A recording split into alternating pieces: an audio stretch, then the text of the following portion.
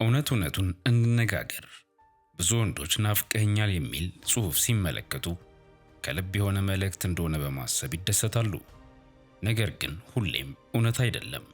ቃላት እርካሽ ናቸው፣ ግን ድርጊቶች እውነት ናቸው። ዛሬ ሴቶች በእውነት ለሚወዷቸው ወንዶች ብቻ የሚያደርጉትን 5 ነገሮች በዝርዝር እናያለን። ስለሚወዱት ሰው አይደለም፣ አብሮ ማሳለፍ ስለሚፈልጉት ሰውም አይደለም፣ ግን በጥልቅ ስለሚወዱት ሰው እና እነዚህን ካየሃቸው በኋላ በጥዑም ቃላት በተለወሰ ፍቅር ዳግመኛ አትታለልም። አንደኛ፣ ሳትጠየቅ ታሳድግሃለች። በፍቅር ላይ ያለች ሴት ዝምተኛ ጠባቂና ተንከባካቢ ትሆናለች። ስለለመናችኋት አይደለም፣ ስለጠየቃችኋትም አይደለም።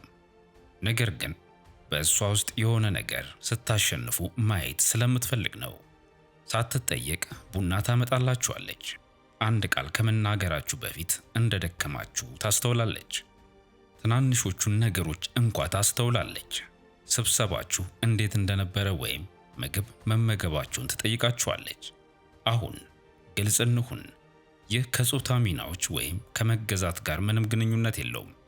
ስለ እንክብካቤ ነው። እውነተኛ ፍቅር በትንሽ ነገሮች ውስጥ ይታያል። አንዲት ሴት ስትወዳችሁ ደህንነታችሁ በደመ ነፍሷ ይሆናል። ምግብ ታበስላለች፣ ታጸዳለች፣ ሚስተካከል ነገር ታስተካክላለች፣ ትጸልያለች እና ትደግፋችኋለች።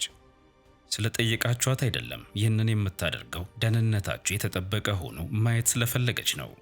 ለምን? ምክንያቱም በእሷ አስተሳሰብ የእናንተ ከፍታ የእሷም ከፍታ ነው። ግን እውነታው ይሄ ነው። ይህንን ለማንኛውም ወንድ አታደርገውም። እሷ ከራሷ ቆርሳ እርግጠኛ ላልሆነችው ወንድ አታደርግም። ጊዜዋን ለማሳለፍ ብቻ ከሆነ ልብስህን እንኳን አታጣጠፍልህም። አሁንም ከሌሎች ወንዶች ጋር የምትገናኝ ከሆነች ስትታመም ሾርባ እንኳ አታዘጋጅልህም። ይህን አይነት የእንክብካቤ ደረጃን የምታሳየው በአንተ ፍቅር ሙሉ በሙሉ ስትወድቅ ብቻ ነው። ስለዚህ አንዲት ሴት በእውነት እንደምትወድ እርግጠኛ ካልሆንክ ማንም በማይመለከትበት ጊዜ የምታደርገውን ተመልከት። ያ እውነተኛው የፍቅር ደብዳቤ ነው። ሁለተኛ፣ በሌላችሁበት ትከላከልላችኋለች። አንዲት ሴት እንደምትወዳችሁ የምታውቁት በአጠገባችሁ በምታደርገው ድርጊት ብቻ ሳይሆን እናንተ በሌላችሁበት ጊዜ ስለ እናንተ በምትናገረውም ነገር ነው። የሆነ ሰው ስማችሁን ሲጠቅስ ፊቷ ይበራል። ጓደኞቿ በእናንተ ላይ እንዳይዘባበቱ ትከለክላለች። በእናንተ ላይ የሚነሱ ሐሜቶችን ታስቆማለች። ምክንያቱም እውነታው ይሄ ነው። ብዙ ሴቶች ምንም ግድ የማይሰጣቸው ከሆነ ዝም ይላሉ። ሰዎች እንዲያላግጡባችሁ ይፈቅዳሉ። ሌሎች በእናንተ ጉድለቶች ላይ ሲያፌዙ ይስቃሉ። አንድ ሰው እንዲህ ሲል ይስማማሉ፣ ዝምተኛ ነው ወይም ነጭናጫ ነው ሲሉ። ግን የምትወዳችሁ ሴት የማይታይ ሰይፋችሁ ትሆናለች። እሷም ያለምንም ማመንታት ስለ እጮኛዬ እንደዚህ አትናገሪ ትላታለች። ስማችሁን ለመጠበቅ ብቻ ለማህበራዊ ችግር ትጋለጣለች። እና ይህ ብርቅ ነው። ለምን? ምክንያቱም አንድን ሰው በማይኖርበት ጊዜ መከላከል አንድን ነገር ያሳያል፣ ታማኝነትን።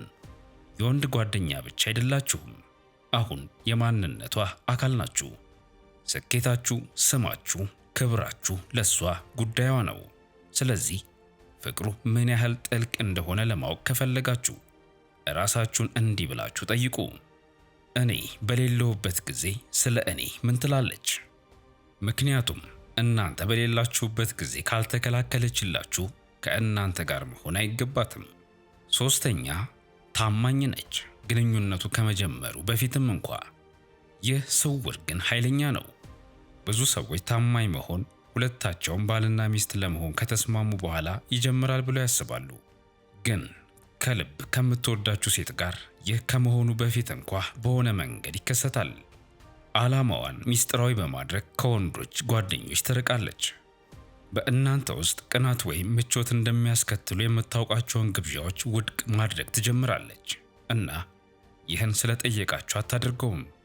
ይህን የምታደርገው በልቧ ውስጥ ቀድሞውኑ የእሷ ሰው ስለሆናችሁ ነው። ልዩነቱ ይህ ነው። በፍቅር ላይ ያለች ሴት ራሷን መቆጣጠር ትጀምራለች። ግንኙነትን ከሚረብሹ ወጥመዶች ትርቃለች። ከቀድሞ ጓደኞቿ ጋር አምሽታ ወደ ቤት መመለስን ታቆማለች። ግንኙነትን ከማያከብር ሰው ጋር ጊዜዋን ማሳለፍ ታቆማለች። በምትኩ ባህሪዋን ከሚያከብር ሰው ጋር አካሄዷን ማድረግ ትጀምራለች። ወደፊት የእኔ ነው ከምትለው ሰው ጋር ማለት ነው። ይህን ታስተውላላችሁ። በኦንላይን ላይ ቀዝቀዝ ትላለች። የበለጠ ሚስጥራዊ ትሆናለች። ትኩረት ፈላጊ መሆንን ትቀንሳለች። ለምን? ምክንያቱም እውነተኛ ፍቅር ታይታ አያስፈልገውም። ይከላከላል። አስፈላጊ የሆነውን ነገር ይጠብቃል። እና አንዲት ሴት ሚስጥሮቻችሁን የእናንተ የሆነውን ነገር ስትንከባከብና እንደ ራሷ ሚስጥር መጠበቅ ስትጀምር ከእንግዲህ በእሷ ዘንድ ተራ አይደላችሁም። እናንተ የስሜቷ የስበት ኃይል ማዕከል ናችሁ። ስለዚህ በምታዩት ነገር አትታለሉ። ከመበየናችሁ በፊት ያላትን ባህሪ ተመልከቱ። እሷ ቀድሞውንም ያለ ቀለበት ወይም ሁኔታ የእሷ እንደሆናችሁ አድርጋ የምትንከባከባችሁ ከነበረ እውነተኛ ፍቅር ነው። ካልሆነ ደና መልሱን አስቀድማችሁ ታውቃላችሁ። አራተኛ፣ ራሷን ሳታጣ ከዓለማችሁ ጋር ትስማማለች። ይህ ጊዜን ከእናንተ ጋር እያሳለፉ ያሉትን ልጃገረዶች እውነተኛ የሆኑትን ይለያል። አንዲት ሴት ስትወዳችሁ ሕይወታችሁን ለመቆጣጠር አትሞክርም። መሰረታችሁን መለወጥ አያስፈልጋትም። ፍላጎታችሁን እንድታጡ አታደርግም፣ ወይም ከዓላማችሁ ጎትታ አታወጣችሁም። ይልቁንም ከእናንተ ጋር እንዴት መራመድ እንዳለባት ትማራለች። ለፍላጎቶቻችሁ ትኩረት መስጠት ትጀምራለች። ለማስመሰል ወይም እናንተን መጠቀሚያ ለማድረግ ሳይሆን የመረጠችውን ሰው በትክክል ለመረዳት ስለፈለገች። በስራችሁ ምክንያት በየ3 ሰዓቱ የጽሑፍ መልእክት ባለመላካችሁ ከማጉረምረም ይልቅ እሷ ቦታ ትሰጣችኋለች። ስለ ህልማችሁ መጠየቅ ትጀምራለች። የአማካሪዎቻችሁን ስም ትጠይቃችኋለች። ስለሚያስፈልጋችሁ ነገር ስትናገሩ በጥሞና ታዳምጣለች። የእናንተን አስተሳሰብ፣ ግቦችና እድገት ማን እየቀረጸ እንደሆነ መረዳት ትፈልጋለች። ሁልጊዜ ስለማትናገሯቸው ትግሎቻችሁ እንኳን ትጠይቃችኋለች። ግን ቁልፉ ይህ ነው። እሷ ማንነቷን አታጠፋም። የራሷን ማንነት አትተውም። ስራዋን ትቀጥላለች። ግን ራሷን ከእናንተ ሪትም ጋር ታዋህዳለች። እሷ ለእናንተ ዜማ ትሆናለች። ትኩረትን የማይከፋፍልና ክብደት የሌለው። እንደዚህ አይነት ሴት ለማምለጫ ህይወትን እየፈለገች አይደለም። አብራ ህይወትን ለመገንባት የምትፈልገውን ሰው እየፈለገች ነው። እና ይህ ፍቅር ነው። ይህ አይነቱ ፍቅር እውነተኛ፣ በጣም የተረጋጋ፣ እዚህ የመጣሁት በአጋጣሚ አይደለም፣ እዚህ ያለሁት አንተን ስለመረጥኩ ነው፣ ሆን ብዬ ነው የሚል ነው። ስለዚህ ከእናንተ ጋር ራሷን እያስተካከለች፣ እያዋሃደች፣ እያዘጋጀች ከሆነ እና ለራሷ እውነተኛ ከሆነች ያልተለመደ ነገር አግኝታችኋል። ምክንያቱም እውነተኛ ፍቅር ለመቆጣጠር አይሞክርም። ተስማምቶ ይፈሳል። እርስ በርስ ለመቀያየር አይደለም፣ በመዋሃድ አብሮ ማደግ ነው። 5 ጉድለቶቻችሁን አይታ አትሸሽም። አንዲት ሴት በእውነት እንደምትወዳችሁ ማወቅ ትፈልጋላችሁ። ስትሰበሩ እንድታይ አድርጓት። ዓለማችሁ በፈራረሰበት በዚያች ሌሊት እንድትመለከታችሁ አድርጓት። ራሳችሁን በምትጠራጠሩበት ወቅት፣ አይኖቻችሁ በደስታ በሚያበሩበት ወቅት ሳይሆን በህመም ሲገለጡ ትመልከት።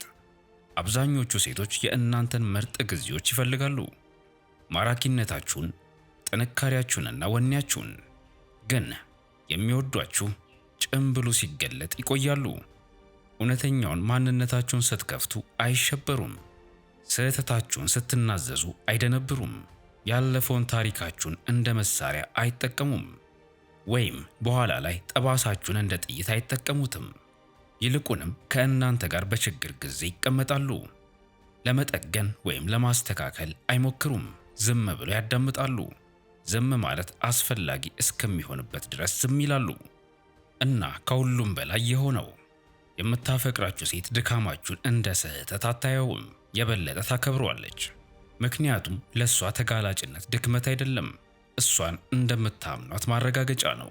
አፍቃሪ የሆነች ሴት መስታወታችሁ ትሆናለች። ማንነታችሁን ብቻ ሳይሆን ወደፊት ማን እንደምትሆኑ ነጸብራቅ ትሆናችኋለች። ከነ ድክመቶቻችሁ ትወዳችኋለች፣ በድክመቶቻችሁም ትወዳችኋለች። ከፍ እንድትሉ እንድትሻሻሉ ታበረታችኋለች። ግን በጭራሽ ለፍቅር ብቁ እንዳልሆናችሁ አትፈርድባችሁም። እንዲህ አይነት ፍቅር ብርቅ ነው፣ ኃይለኛ ነው። ምክንያቱም ፍቅር አንድ ሰው የእናንተን ድሎች ብቻ የሚያከብርበት ሂደት አይደለም፣ ስብራታችሁንም መንከባከብ ነው። እና ነገሮች ሲጨልሙ ከቆየች የቆየችው መቆየት ስላለባት አይደለም፣ ትታችሁ ለመሄድ ስለምትፈራ አይደለም፣ ግን የእናንተን ልብ ስለምታውቅ ነው። እንዲህ አይነቱ ፍቅር ብርቅ ነው፣ የተቀደሰ ነው እና መጠበቅ ተገቢ ነው። ከእነዚህ ምልክቶች አንዱ እንኳን ቆም ብላችሁ እንድታስቡ ካደረጋችሁ ዋው፣ በእርግጥ ትወዳችኋለች። ይህንን ችላ አትበሉ።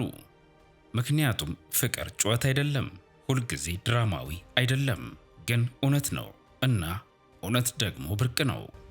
የዛሬም መልእክት በዚህ ቋጨው። በሌላ ጠቃሚ መልእክት እስክንገናኝ ድረስ በያላችሁበት ሰላማችሁ ይብዛ። በቸር ሰንብቱልኝ።